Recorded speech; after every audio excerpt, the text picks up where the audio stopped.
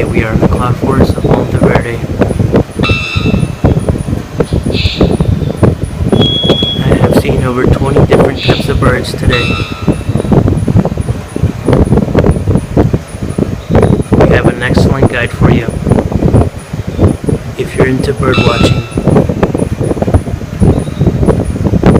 This one's called a bellbird. They call him the bellbird because in the old days, when they didn't have alarm clocks, this is what used to wake them up. Pretty cool, huh?